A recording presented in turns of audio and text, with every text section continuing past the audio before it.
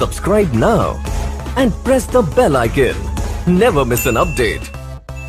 Hello बच्चों, कैसे हो आप लोग? आई होप सभी अच्छे होंगे। तो बच्चों आज हम करेंगे solution of exercise 6.2 chapter 6 lines and angles class 9th mathematics.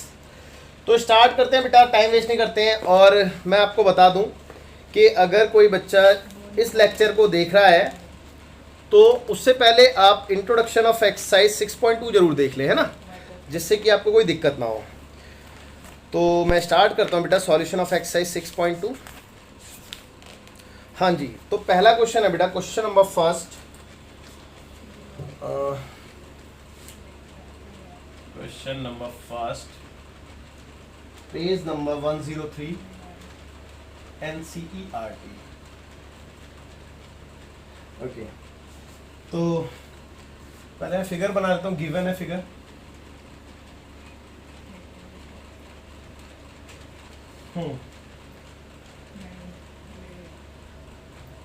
तो बच्चों ये वाली लाइन है AB, okay, and this is CD। और ये वाला एंगल आपको गिवन है 50 degree. This is X, this is Y and this is 130 degree, ठीक है। ओके, तो ये फिगर में आपको गिवन था इतना। और अब मैं क्वेश्चन पढ़ रहा हूँ तो आप ध्यान से सुने। कहता है कि इन फिगर 6.28, यानी कि ये फिगर की बात कर रहा है। कहता है कि find the values of x and y। आपने x एंड y की वैल्यू निकालनी है। फिर कहता है कि and then show that AB parallel to CD। और उसके बाद आपने ये भी शो करना है कि AB और CD दो पैरेलल लाइंस हैं, ठीक है। चलिए सबसे पहले बेटा क्वेश्चन में गिवन इन्फॉर्मेशन लिखते हैं। तो गिवन इन्फॉर्मेशन में आप इतना लिख सकते हैं इन फिगर, यानी कि फिगर के अंदर सब कुछ मेंशन है जो भी गिवन इन्फॉर्मेशन थी, ठीक है। तो ज़्यादा कुछ लिखने की जरूरत नहीं है। देन टू फाइंड, जो आपने फाइंड करना है, तो आपने फाइंड करना है बेटा x की वैल्यू एंड y की वैल्यू। ओके, इसके बाद टू प्रूफ, जो आपने प्रूफ करना है क्वेश्चन में ना। तो क्वेश्चन में प्रूफ करने को भी दे रखा है आपने कि AB is parallel to CD। Okay, now finally solution part देखते हैं इस क्वेश्चन का। तो देखिए बेटा, बहुत ही इजी एक्सरसाइज है इस पूरी की पूरी, इसमें कोई दिक्कत वाली बात नहीं है, बहुत आसानी से कर लेंगे हम इसको।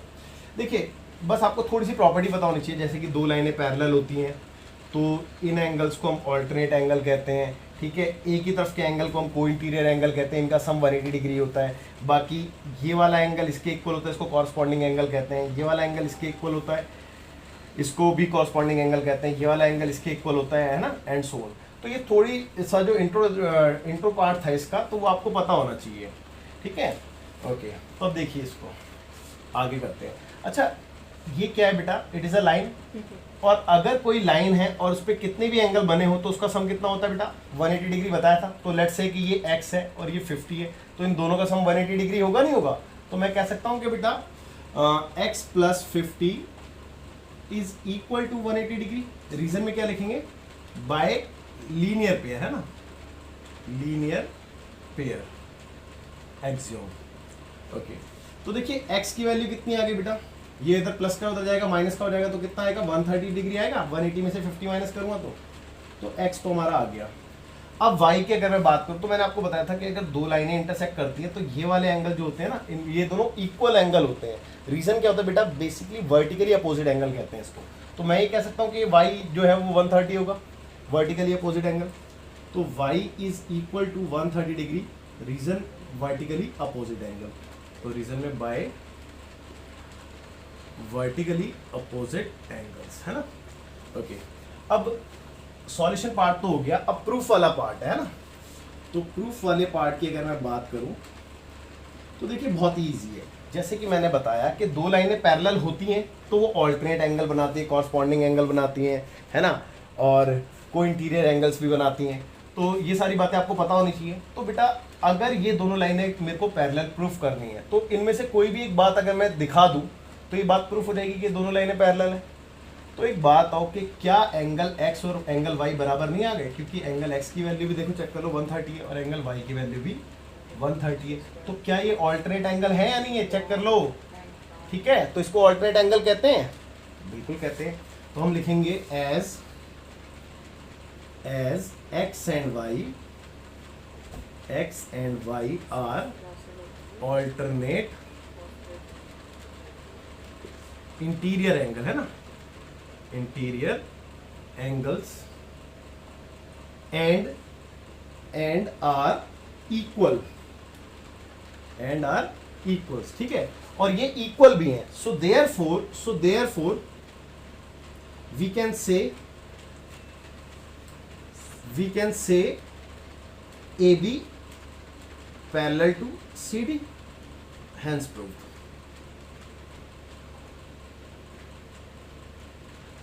आई एम श्योर ये क्वेश्चन बहुत अच्छे से आपको समझ में आ गया होगा. चलिए आगे चलते हैं फिर. आप इसको चलो बच्चों देखते हैं क्वेश्चन नंबर 2. कहता है कि इन फिगर 6.29 आपके सामने बोर्ड पे फिगर है और क्वेश्चन नंबर 2 पेज नंबर 104 से है. कहता है कि if A B parallel to C D comma C D parallel to E F, it means कहने का मतलब ये है कि ए बी सी डी के पैरेलल है और सी डी ई एफ के पैरेलल है. इट मीन्स ये तीनों साइडें आपस में पैरेलल है, ठीक है ना. ओके. और कहता है कि and y is to z is equal to 3 to 7, then find x. Okay, बहुत ही इजी क्वेश्चन है. देखिए गिवन इंफॉर्मेशन में सबसे पहले अगर मैं गिवन की बात करूं तो इन फिगर और फिगर में अगर आपको थोड़ा बहुत बताना है तो आप ये बता सकते हैं कि A B parallel to C D parallel to E F, ये तीनों साइड है पैरेलल ईच अदर. बस इससे ज़्यादा कुछ गिवन इंफॉर्मेशन है भी नहीं. हाँ एक चीज़ और गिवन है, एंड एक रेशियो दे रखा था आपको y is to z, है ना, and y is to z equal to 3 to 7.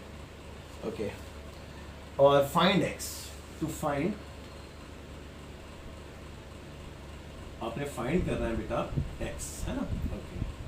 अच्छा सॉल्यूशन पार्ट. अब देखो इस टाइप का रेशियो वाला मैंने आपको एग्जांपल में भी कराया था एक क्वेश्चन, तो कोई दिक्कत वाली बात नहीं. मैंने आपको बताया था कि जिस रेशियो में आपको दे रखा होता है आपने उसी रेशियो में इसको लेट कर लेना होता है ना एंगल को. और देखते हैं, तो मैंने इसको लेट कर लिया. लेट एंगल y को मैंने 3x तो नहीं मानूंगा क्योंकि x मेरे को यहाँ पे भी दे रखा है ना, तो 3a मान लेते हैं, एक अलग से वैल्यू है. और z इज इक्वल टू 7 है, ठीक है बच्चों. अच्छा किसी को ये डाउट तो नहीं है कि इसको ऐसे कैसे लेट कर लिया. चलो अगर ये डाउट है तो देखो y इज टू z आपको दे रखा है इक्वल टू 3 to 7, है ना. अब एक बात हो, y इज टू z को आप y अपॉन में z लिख सकते हो और 3 to 7 को 3 अपॉन में 7 लिख सकते हो. अब जब आप इसको इससे कंपेयर करोगे तो बेटा इसको डायरेक्ट है ना कंपेयर नहीं कर सकते इसको, ठीक है, इसको डायरेक्ट हम कंपेयर नहीं कर सकते. तो हम इसको एक वेरिएबल लेके कंपेयर करते हैं. तो 3a लगा सकते हैं यहाँ पे और z के लिए 7 है, इस तरीके से. तो ऐसे आता है ना. ओके चलो खैर ये इतना इंपॉर्टेंट पार्ट नहीं है, आपको पता ही है, वैसे कोई बड़ी बात नहीं है. चलिए आगे चलते हैं. देखो क्वेश्चन में कुछ खास इन्फॉर्मेशन गिवन नहीं है, लेकिन हाँ एक बात और, ये वाली लाइन इसके पैरेलल है भाई, क्वेश्चन में गिवन है, और ये ट्रांसवर्सल है. तो बेटा ट्रांसवर्सल के एक ही साइड के एंगलों का सम 180 डिग्री होता है को इंटीरियर एंगल से. तो क्या मैं ये कह सकता हूँ x प्लस वाई को इंटीरियर एंगल से कितना होगा बेटा 180 डिग्री होगा. ओके ये कह सकते हैं हम, ठीक है. लेकिन बेटा प्रॉब्लम ये है कि इन दोनों से काम नहीं बन रहा मेरा, इन दोनों से मेरा काम नहीं बन रहा. ओके तो क्या करें. हाँ ये चीज़ जरूर कह सकते हैं. देखो ना ये ऑल्टरनेट एंगल है भाई, z और x ऑल्टरनेट एंगल है या नहीं है. ऑल्टरनेट इंटीरियर एंगल चेक कर लो, z बन रहा है भाई, ये वाली लाइन इसके पैरेलल है, ये ट्रांसवर्सल है, तो z बन गया ना. तो सॉल्यूशन पार्ट में सबसे पहले कि x जो है वो बराबर है z के, ठीक है बच्चों. रीजन में बाय ऑल्टरनेट इंटीरियर एंगल्स, ठीक है. ओके तो पहली इंफॉर्मेशन तो ये मिल गई. अब x और y को दोनों को प्लस करके 180 डिग्री आएगा को इंटीरियर एंगल से, ये बात मैंने बता दी है. तो मैं कह सकता हूँ also x plus Y is equal to 180 degree. Reason में लिखेंगे बाय को इंटीरियर एंगल, है ना, बाय को इंटीरियर एंगल, है ना, इंटीरियर एंगल्स. ओके अब x की वैल्यू z मेरे पास है ना, तो मैं पुट कर सकता हूँ x की जगह z, तो z plus Y equal to 180 degree, है ना भाई. x is equal to z है क्योंकि अब z कितना है बेटा चेक करो 7 है, y कितना है चेक करो 3 है, इक्वल टू में 180 डिग्री, कोई डाउट नहीं होगा. 7 है और 3 है मिलके हो गया 10 है, इक्वल टू में 180 डिग्री, और a इक्वल टू में कितना हो गया 180 डिग्री बाय 10. 0 से 0 कैंसिल, तो a की वैल्यू कितनी आ गई बेटा 18 डिग्री. ओके अब a आ गया है तो x भी आ सकता है. अब देखो ना, now we have to find x. और x is equal to z, भाई x जो है z के इक्वल है, तो x is equal to z is 7a है ना, तो 7 इंटू a की वैल्यू 18 डिग्री, चेक कर लो। तो x कितना आ गया बेटा, आप चेक करो, 7 8 56 का 6 कैरी हुआ 5, 7 कम 7 5 12, 126 डिग्री, 126 डिग्री, ठीक है, ये आंसर आ गया इसका। और बाकी इसमें क्वेश्चन में कोई ऐसी बात थी भी नहीं, तो आपको समझ में आ गया होगा। आप वीडियो को पॉज करके देखते हैं क्वेश्चन नंबर 3 ना एक बार। तो वैसे तो मैं बता दिया है कि सारी एक्सरसाइज ऐसी है, कोई ज़्यादा बड़ी बात नहीं है, ध्यान से देखना बेटा। कहता है कि इन फिगर 6.30 फिगर आपके सामने है, ठीक है, और कहता है कि if A B parallel to C D, साथ साथ लिखते भी रहते हैं, तो गिवन इन्फॉर्मेशन में सबसे पहले तो आप यही लिख दिया करो इन फिगर, यानी कि फिगर में है ना, जिससे कि कुछ चीज़ें छूट जाए तो टीचर मतलब अंडरस्टूड है कि फिगर में ही देख सकते हैं। तो इसमें दे रखा था कि A B is parallel to C D, तो पहली इन्फॉर्मेशन ये थी, ए बी जो है पैरेलल है सी डी के, और कहता है कि E F is perpendicular to C D, ये देख रहे हैं आप, ई एफ ये सी डी के ऊपर परपेंडिकुलर है, यानी कि 90 डिग्री, तो comma E F perpendicular to C D, okay, ये परपेंडिकुलर का सिंबल होता है, उल्टा टी है, ओके। अब कहता है कि and angle G E D and, और एक एंगल दे रखा है आपको G E D is equal to what, 126 degree है ना, 126 डिग्री, और आगे है फाइंड, तो टू फाइंड गिवन इन्फॉर्मेशन तो यही थी बेटा। अब फाइंड में देखते हैं क्या फाइंड करना है। So number 1 is angle A G E, angle A G E question mark डाल देते हैं।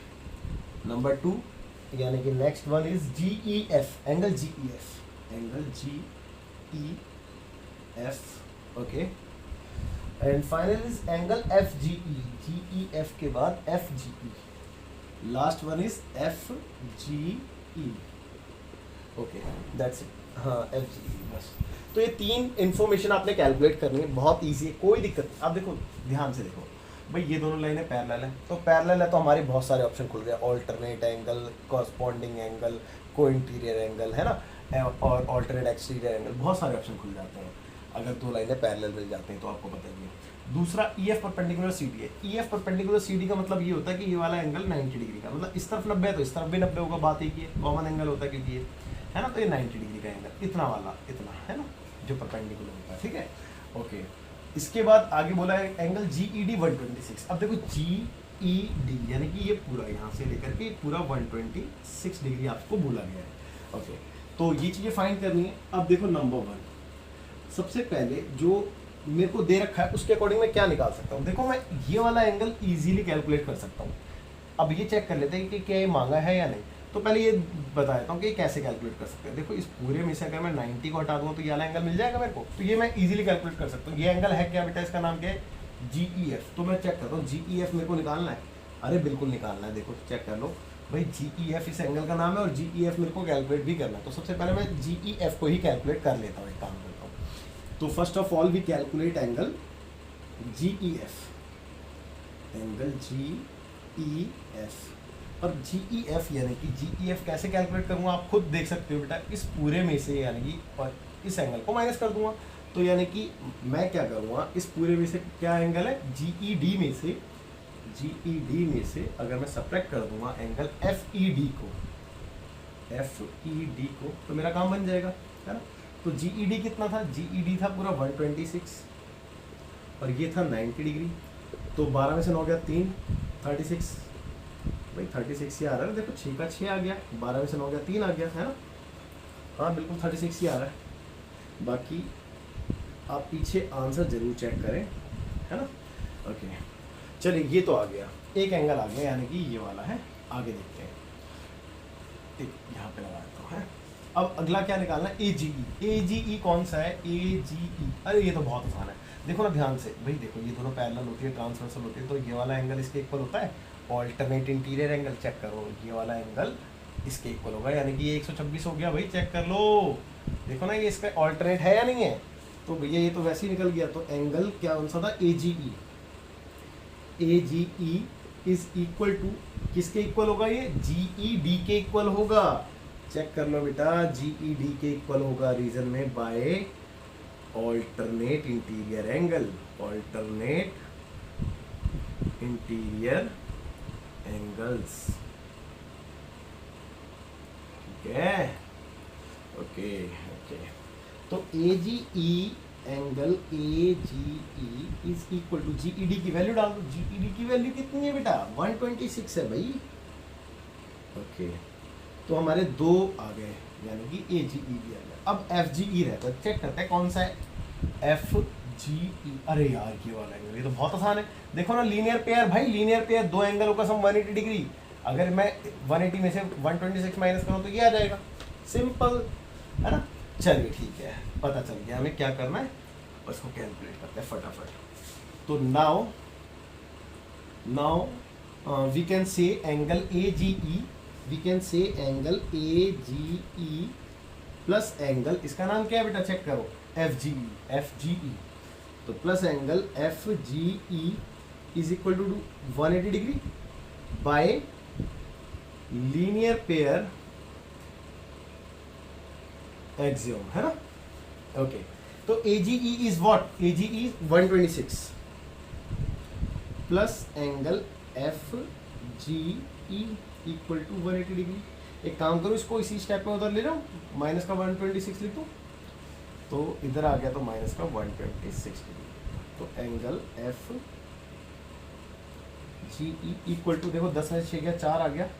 ओके, और यहाँ पे रह गया 7, 7 में से 2 गया, 5 आ गया, तो 54 डिग्री, ठीक है, 54 डिग्री।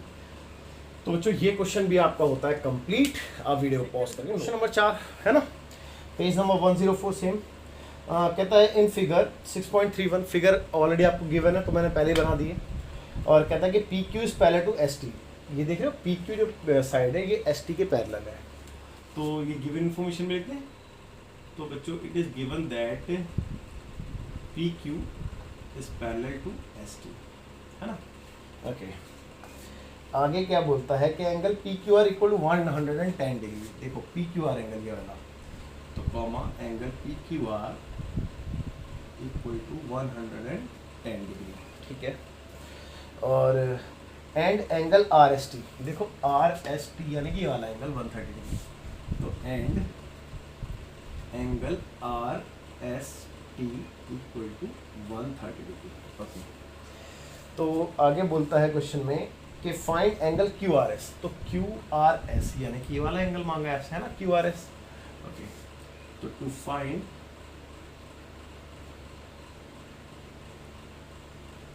एंगल QRS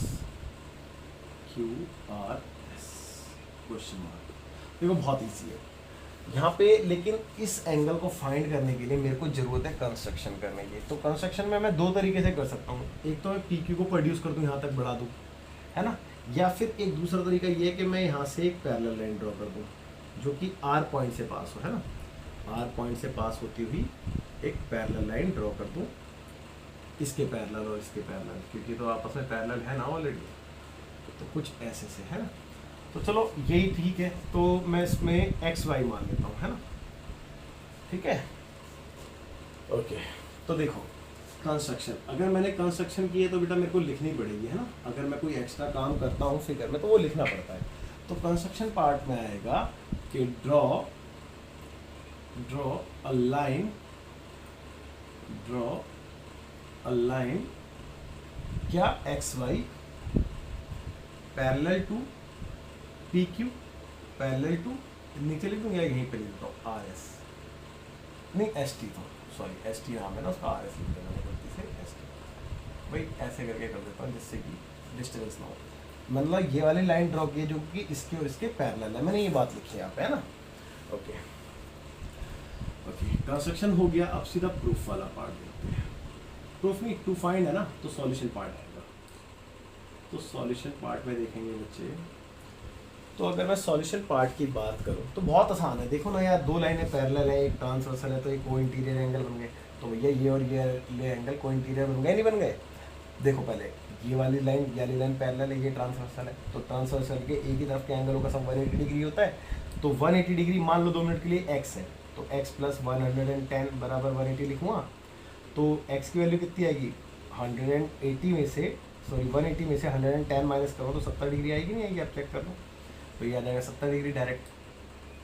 भाई मैं अभी समझा रहा हूँ आपको ओरली ना।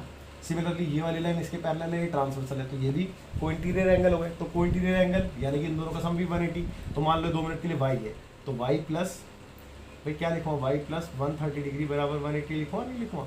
तो ये उधर जाएगा, माइनस का हो जाएगा, तो y कितना बचेगा? 50, चेक कर लो, 50 तो बचेगा। 8 में 3 या 5, हाँ 50 डिग्री। और अब ये एक लाइन है ना, ये एक लाइन देख रहे हो, लाइन पे 1 2 3 एंगल है, तो तीनों एंगलों का सम कितना होता है? 180 डिग्री। तो this plus this equal to 180 degree. तो 180 में से इन दोनों को माइनस कराओ तो ये आ जाएगा आपका 60 डिग्री। ठीक है, तो आंसर तो आपका आ चुका है 60 डिग्री, और करना कैसे वो भी मैंने बता दिया, लेकिन अब मैं राइटिंग बता दूँ आपको, है ना। तो देखिए भैया, angle P Q R plus angle, इसका नाम क्या है बेटा? क्यू आर एक्स या एक्स आर क्यू, कुछ भी कह लो, Q R X is equal to 180 degree. Reason लिखेंगे बेटा, रीजन लिखेंगे, है ना। तो रीजन लिखेंगे, रीजन में क्या है? बाय को इंटीरियर एंगल, बाय को इंटीरियर एंगल्स। और को इंटीरियर एंगल्स पता है ना कब बनते हैं? जब ये लाइनें पैरेलल होते हैं तभी बनते हैं, ये भी कंडीशन है, ये नहीं कि हर बार को इंटीरियर बन जाते हैं। तो को इंटीरियर जब भी बनेंगे जब भी लाइनें पैरेलल होंगी, है ना। ओके, अब देखो पी क्यू आर आपको दे रखा था 110 और प्लस में Q R X equal to 180 degree. भाई इसी स्टेप में इसको उधर भेज दूँ, माइनस का 110 लिख दूँ यहाँ पे भेज के, तो क्यू आर एक्स की वैल्यू 70 डिग्री आ गई, माइनस करके चेक कर लो, यानी कि ये वाला, है ना। अब ये वाला निकाल लेते हैं। तो सिमिलरली एंगल, इसका नाम क्या है बेटा? इस वाले एंगल का नाम देखो, चेक करो, R S T angle R S T plus angle S R Y, है ना, plus angle S R Y also 180 degree, और रीजन सेम आ जाएगा, है ना। तो आप खुद ही लिख लेना, मैं ऐसे कर देता हूँ, ये वाला रीजन, ठीक है। ओके, तो देखो आर एस टी कितना है? आर एस टी है आपका 130 plus S R Y equal to 180 degree. तो angle S R Y equal to, या इसी स्टेप में इसको उधर ले जाऊँ, माइनस कर लेता हूँ 130 डिग्री, तो ये आ गया आपका 50 डिग्री, ठीक है। ओके, तो अब तो खैर क्वेश्चन पूरा ही हो चुका है, मैं इसको रफ कर देता हूँ एक्स्ट्रा पोर्शन को। अब ये एक लाइन है, तो लीनियर पेयर का यूज करते हैं। तो now angle Q R X, है ना, angle Q R X plus Q R X के बाद plus angle Q R S और प्लस इस एंगल को क्या पढ़ेंगे बेटा? S R Y equal to 180 degree. Reason में क्या लिखेंगे बेटा? By linear pair axiom, by linear pair, ठीक है, एक्सियम। ओके, अब देखो क्यू आर एक्स कितना है? क्यू आर एक्स है 70 डिग्री, और क्यू आर एस तो आपको फाइंड करना था, तो Q R S as it is आ गया, और एस आर वाई आपको दे रखा है 50 डिग्री इक्वल टू में 180 डिग्री। तो बच्चे Q R S equal to 180, और ये दोनों प्लस होके उधर जाएंगे, माइनस हो जाएंगे, तो चेक कर लो, 7 5 12 120 हो गए बेटा, तो 120 इधर भेज दिया मैंने, डायरेक्ट माइनस कर दिया। तो Q R S equal to 60 degree आपका आंसर, ठीक है बच्चों। तो काफ़ी अच्छा क्वेश्चन था और इम्पॉर्टेंट भी, एग्जाम में भी बहुत बार आया, आप इसको नोट कीजिए। आगे देखते हैं, तो देखते हैं क्वेश्चन नंबर 5 क्या कहता है। तो क्वेश्चन नंबर 5 में लिखा है in figure 6.32 if A B parallel to C D. तो गिवन इंफॉर्मेशन में सबसे पहले है कि ए बी पैरेलल है सी डी के, है ना। ओके, और angle A P Q equal to 50 degree, angle A P Q equal to 50 degree, ठीक है। And angle P R D 127, and angle P R D equal to 127, ठीक है। आगे बोलता है find X and Y. So to find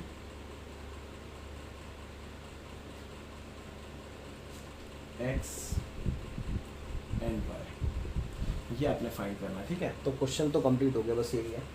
तो देखिए figure में ए बी जो है सी डी के पैरेलल है, angle A P Q 50 degree दे रखा है, एंगल पी आर डी 127 दे रखा है, और आपको एक्स और वाई मांगा गया है। तो क्वेश्चन इतना था, बिल्कुल सिंपल क्वेश्चन है। देखिए सॉल्यूशन पार्ट में तो सबसे पहले तो देखो, अगर ये लाइन नहीं होती, मान लो एक मिनट के लिए ये लाइन नहीं है, या चलो है भी मान लेते हैं, ये लाइन है ना, तो ये वाली लाइन हटा देता मैं 2 मिनट के लिए, मान लेते हैं कि लाइन नहीं है यहाँ पे 2 मिनट, ठीक है। तो खाली इस वाली लाइन को देखो, ये दोनों पैरेलल है और ये ट्रांसवर्सल है, तो क्या ये जेड नहीं बना रही? और अगर ये जेड बना रही है तो ऑल्टरनेट एंगल इक्वल हो गए, है ना। तो क्या मैं ये कह सकता हूँ कि 50 डिग्री होगा? अब मैं इस लाइन को दोबारा ड्रॉ कर देता हूँ, ठीक है। ये सिर्फ मैंने इरेज इसलिए की थी कि आपको फील करा सकूँ, ठीक है। ओके, अब देखते हैं। तो सबसे पहले एंगल कौन सा, इसका नाम क्या बेटा? पी क्यू आर, है ना, P Q R, angle P Q R is equal to A P Q के, is equal to angle A P Q के। Reason by alternate interior angle, ठीक है, इंटीरियर एंगल्स, है ना। तो पी क्यू आर क्या है बेटा? एक्स है, और ए पी क्यू कितना है चेक कर लो, ए पी क्यू 50 है, तो एक्स की वैल्यू 50 हो गई, ये पहला आंसर है। अब वाई, अच्छा एक बात आओ, अब मान लो 2 मिनट के लिए ये लाइन नहीं है, लेट्स सपोज ये लाइन नहीं है, तो अब ये वाली लाइन और ये वाली लाइन पैरेलल और ये ट्रांसवर्सल, तो ये भी तो जेड बना रही है, चेक करो देखो। तो ये पूरा एंगल, यानी कि ये पूरा एंगल इस 127 के इक्वल होगा। अब मैं इस लाइन को ड्रॉ कर देता हूँ, है ना। तो ऑल्सो या फिर सिमिलरली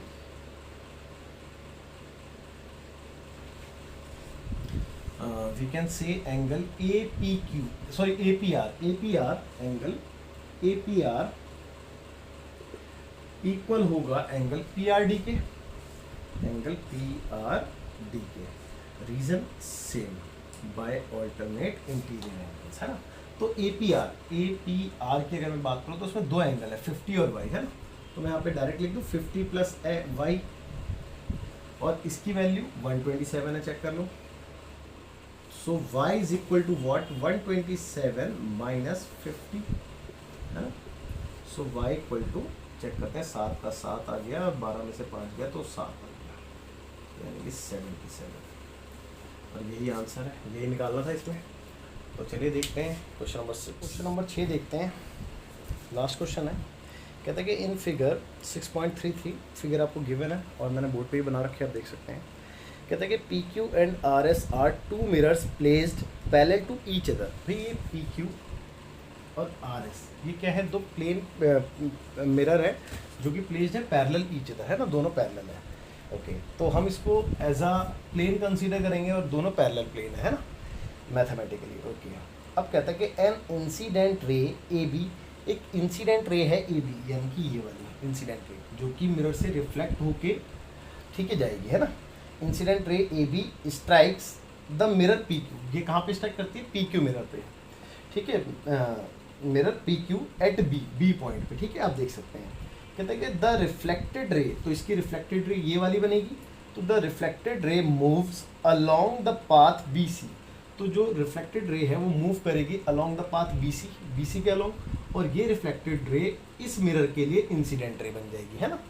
ओके, तो B C and strike the mirror R S, और ये स्ट्राइक करती है मिरर आर एस पे एट पॉइंट सी पे, है ना।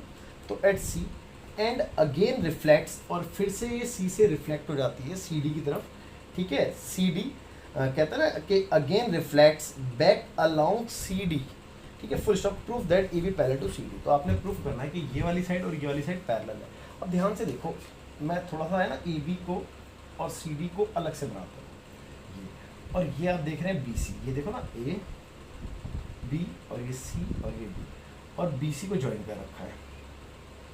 तो इन दोनों को अगर मेरे को पैरेलल प्रूफ करना है, तो अगर मैं ये वाले एंगल इक्वल दिखा दूँ तो ये ऑल्टरनेट एंगल होंगे, तो ऑल्टरनेट एंगल अगर इक्वल है तो इसका मतलब ये दोनों लाइनें पैरेलल है। तो मेरे को ये पता चल गया कि मेरे को ऑल्टरनेट एंगल को इक्वल दिखाना, और ऑल्टरनेट एंगल चेक कर लो, ए बी सी तो है, और ए बी सी कौन सा है, ये पूरा का पूरा, ठीक है। और ये किसके इक्वल दिखाना है, बी सी डी कौन सा है, ये पूरा का पूरा, यानी ये पूरा एंगल इसके इक्वल दिखा दो तो मेरा काम बन जाएगा, मेरा क्वेश्चन प्रूफ हो जाएगा। तो बहुत अच्छा क्वेश्चन है, इसमें फिजिक्स का भी काफ़ी सारा यूज़ हुआ है, जैसे कि आपने क्वेश्चन देखा भी है, ठीक है। तो चलो देखते हैं। गिवन इन्फॉर्मेशन में पी क्यू पैरेलल था, आर एस के मैंने मान लिया, टू प्रूफ में ए बी और सी डी को प्रूफ करना है, और मैंने कंस्ट्रक्शन किए कि एक बी एम परपेंडिकुलर ड्रॉ किया आर एस पे, सी एम परपेंडिकुलर ड्रॉ किया पी क्यू पे। अब प्रूफ वाला पार्ट देखते हैं। देखिए शॉर्ट में बताऊँगा फटाफट से, आप ध्यान देना, ठीक है। अब देखो एज सिंपल सी बात है। आप एक बात बताइए, अगर ये दोनों लाइनें पैरेलल हैं, भाई ये तो गिवन है ना, दोनों लाइनें पैरेलल हैं, और ये मैंने परपेंडिकुलर ड्रॉ किए हैं, तो ये परपेंडिकुलर ड्रॉ जो हुए हैं, तो क्या ये 90 डिग्री का एंगल अगर ये है, तो इसका मतलब ये 90 है और ये भी 90 है, तो ये दोनों 90 कब है, ये कॉरस्पॉन्डिंग एंगल कहलाएंगे, और कॉरस्पॉन्डिंग एंगल है तो इसका मतलब ये दोनों लाइनें पैरेलल है। तो कुल मिला के एक बात समझ में आती है कि बी एम और सी एन पैरेलल हैं, ठीक है। बी एम और सी एन क्या है, पैरेलल है बाय कंस्ट्रक्शन। तो मैं यहाँ पे इसी में लिख सकता हूँ कॉमा डाल के, comma such that B M parallel to C N, है ना। तो इससे मेरा बहुत काम आसान हो गया, इससे मेरा बहुत काम आसान हो गया। अगर ये दोनों लाइनें पैरेलल हैं तो इसका ये वाला एंगल इसके इक्वल हो गया, है ना भाई, चेक कर लो, इसका ये वाला एंगल इसके इक्वल हो गया, कोई डाउट है इसमें। और ये वाला एंगल इसके इक्वल हो गया, तो ये आर था तो ये भी आर हो गया, है ना। देखो ना, ये इसको मैंने आर क्यों लिखा है, आप समझते हो ना बेटा, क्योंकि रिफ्लेक्टेड रे से बना है और ये इंसिडेंट रे से बना है, तो इसीलिए इसको आई से डिनोट किया, ठीक है। अच्छा, यहाँ तक कोई डाउट नहीं होगा, ओके। अब ये बात भी आपको पता होगा कि जो इंसिडेंट रे होती है और जो रिफ्लेक्टेड रे होती है, अगर उसके बीच में परपेंडिकुलर यानी कि नॉर्मल है, तो नॉर्मल क्या करता है, इसको एक तरीके से बाइसेक्ट करता है। तो बाइसेक्ट करता है का मतलब क्या है कि ये दोनों एंगल बराबर होंगे, तो ये आर है तो ये भी आर है, और ये दोनों भी आपस में बराबर होंगे, आई इक्वल टू आर। तो क्या मैं ये कह सकता हूँ कि देखो, मैं आपको ना हिंट दे रहा हूँ, इस क्वेश्चन में प्रॉपर नहीं करा रहा हूँ, तो आपने इसको प्रॉपर करना है। तो क्या मैं ये कह सकता हूँ कि आई जो है वो आर के इक्वल है ना, आई जो है वो आर के इक्वल है, और आई और आर जो इक्वल है, ये बात तो समझ में आ गई। अब एक बात हो कि अगर मैं एंगल ए बी सी लिख रहा हूँ, तो now angle A B C कैसे लिखूँ, आई प्लस आर ही तो लिखूँ बेटा, चेक कर लो। और आई जो है वो आर के इक्वल है, तो इसका मतलब यहाँ पे अगर मैं आई की जगह आर पुट कर दूँ तो ये बन जाएगा 2r, है ना, ये 2r बन जाएगा। Similarly angle B C D, तो एंगल अगर मैं बी सी डी लिखता हूँ तो B C D R plus R करेंगे, है ना। तो बी सी डी के लिए आर प्लस आर करेंगे, तो ये भी आ गया 2r। तो 2r is equal to 2r, यानी कि मैं ये कह सकता हूँ कि हैंस या फिर therefore angle A B C बराबर आ गया एंगल बी सी डी के बराबर 2r, है ना। तो अगर ये दोनों एंगल इक्वल आ गए तो ये कौन सा एंगल है, ऑल्टरनेट एंगल, तो इसका मतलब ये दोनों लाइनें पैरेलल होगी। तो मैं ये कह सकता हूँ कि as angle B C D and angle A B C था ना, sorry B C D A B C, हाँ बिल्कुल B C D and A B C are alternate interior angles, है ना, एंड आर इक्वल, और ये क्या है बेटा, इक्वल भी है। सो देयरफॉर वी कैन से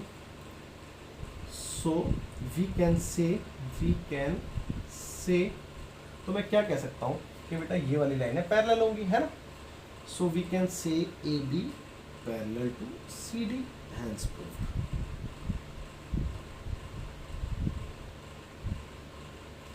इस क्वेश्चन को बेटा आपने कंप्लीट करना है प्रॉपरली, ठीक है। और इस क्वेश्चन के साथ आपकी आज की क्लास भी ओवर होती है। तो बाय बाय बच्चों, मिलते हैं। आप एक बार मैं साइड जाता हूँ, वीडियो को पॉज करके आप नोट कर लेना। मिलते हैं अगली